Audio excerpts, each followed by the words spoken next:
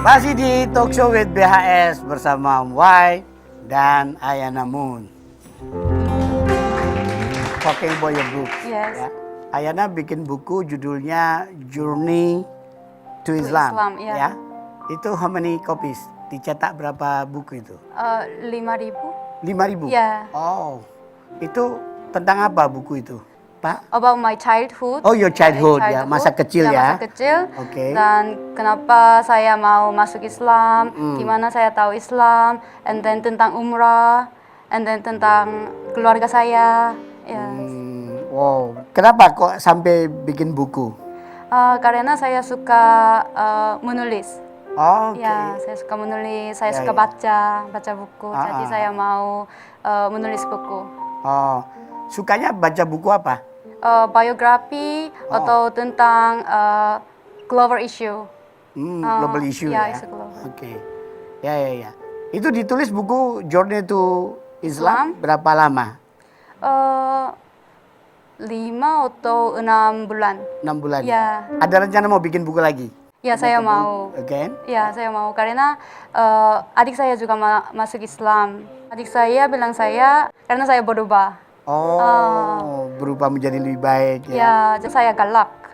Hah? Saya sekarang galak. Saya galak. I always call him and then mad at him. Karena saya mengajar adik saya tentang math, bahasa Korea, bahasa Inggris. Jadi setiap saya mengajar adik saya selalu galak. Oh, galak ya? Iya, Oh, galak. kamu galak orangnya? Iya. Oh, Ya, tapi cantik tapi galak, no? tapi setelah saya masuk Islam saya berubah. Oh. Sekarang sedikit galak. Oh, galaknya berkurang. Iya, berkurang. Alhamdulillah. Sekarang murah senyum. Iya, murah senyum. Ya. Ya, ini ada juga model yang juga berhijrah. Oh, mau undang ya? Iya. Ya. Donita sudah datang. Donita, mana Donita? Halo Donita. Assalamualaikum. Halo. Ah. Assalamualaikum. Silakan duduk Donita.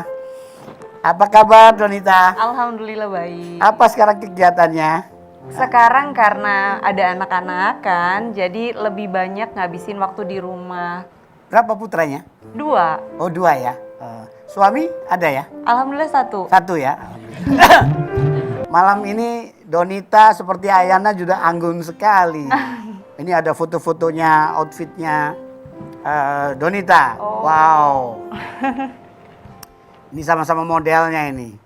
Meskipun berhijab, tapi tetap bisa gaya ya Donita ya. Iya, jadi awal-awalnya mungkin banyak orang mikir kalau berhijab itu bisa bikin kita jatuhnya jadi nggak bisa mengekspresikan diri kita, nggak bisa gaya, nggak bisa cantik, nggak pede. Ya itu tuh balik lagi sama diri kita sendiri. Bahkan butuh waktu cukup lama juga buat aku pede dan bisa ngerasa nyaman. Karena sampai sekarang gitu ya, kalau ngaca tuh kadang kalau misalkan setan lagi lewat gitu kayak aduh, nggak pede. Jadi awal-awal aku pakai kerudung aja, setiap kali aku ngaca, aku ngerasa kayak aku tuh kayak tuyul. Hah? Kok bisa kok? Kayak karena kan biasa Kamu maksudnya tuh cantiknya minta ampun kok kayak tuyul gimana sih, Dok? karena kan biasanya rambut tergerai, Ya. ya kan. Jadi ada sesuatu yang aneh yang bikin nggak pede dan itu yang aku bilang.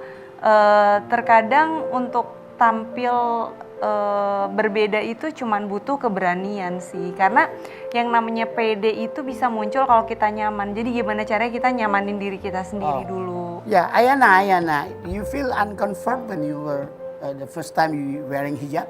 Iya, I felt uncomfortable. Iya, Yes. betul ya. Ya, karena itu panas. Panas ya? Ya, panas. And also waktu itu saya tidak tahu gimana caranya pakai jilbab. So I just because of pain, I also got scar. Ya, Tapi ya. sekarang udah aman. Oh, sudah aman ya? Iya, cantik banget. Cantik banget ya? Mulus banget. Aduh, mulus banget. Kamu kok ngomong mulus banget? Karena orang-orang Korea kebanyakan operasi plastik ya pasti ya? Enggak. Maksudnya kan memang dasarnya cantik, mulus tambah cantik dengan berhijab gitu. Kalau misalkan biasanya stigma cantik itu mesti seksi kan, seksi muslimah itu ya seperti Ayana. Oh, seperti Ayana. Enggak, Ayana. To be honest ya, ini frankly speaking. Pernah plastic surgery gitu? Enggak pernah. Most of the people of the Enggak. ladies. Enggak, itu punya saya. Tuh, ah, enggak. Ini punya saya. Ini asli ya? Iya. Sekarang udah berhijab. Bedanya apa? Kalau dulu dengan sekarang apa ada perubahan perilaku dan seterusnya? Jadi jujur awal berhijab itu yang aku takutin adalah tuntutan dari semua orang. Karena di saat kita berhijab kesannya kita udah harus jadi seseorang yang suci, yang tahu segalanya, yang nggak boleh melanggar. Dan itu sering banget kejadian kayak misalkan aku posting gitu. Terus misalkan zaman dulu kan misalkan ada sesuatu yang kelihatan entah itu rambut, entah itu apa gitu. Itu netizen tuh bisa yang kayak ngomel-ngomelnya udah wah awal-awal tuh stres gitu kayak niatnya posting apa tapi jatuhnya jadi kayak itu salah ini nggak boleh lah maksudnya terkadang mungkin mengingatkan itu memang sebagian dari ada pahalanya buat kita tapi ada baiknya menegur dengan baik-baik tanpa harus ngomel atau membuat orang jadi malu bahkan takut. Makanya mungkin nggak sedikit orang yang kayak aku yang jatuhnya jadi kayak takut kayak dulu nih kalau misalkan ditanya kapan berhijab, karena kan dulu sering banget aku tuh dapat peran pakai hijab gitu. Aku tuh selalu bilang iya aku mau hijabin hati karena sebenarnya yang namanya hijabin hati itu nggak ada. Yang namanya hidayah itu nggak mungkin datang kalau kita nggak jemput.